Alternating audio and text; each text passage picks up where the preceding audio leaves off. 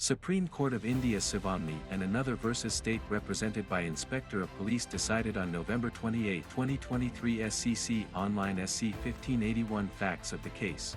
The appellants along with 3 others were named by the complainant in First Information Report dated September 15, 2012 under sections 294b, 323, 324, 452 and 307 read with 109 of the IPC accusing them of a conspiracy to cause the death of the complainant.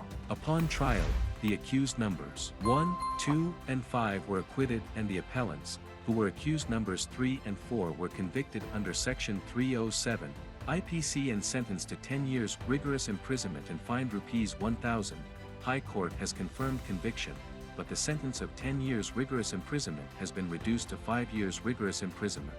Findings of the court: the position that because a fatal injury was not sustained alone does not dislodge section 307, IPC conviction, grievous or life-threatening injury was not necessary to maintain a conviction under section 307, IPC. The intention of the accused can be ascertained from the actual injury, if any, as well as from surrounding circumstances. Among other things, the nature of the weapon used and the severity of the blows inflicted can be considered to infer intent. Admittedly, there is no allegation of repeated or severe blows having been inflicted. Even the injuries on PW1 and PW2 have been found to be simple in nature, which is an additional point in the appellant's favor. The materials on record: only offenses under sections 323 and 324 of the IPC can be made out.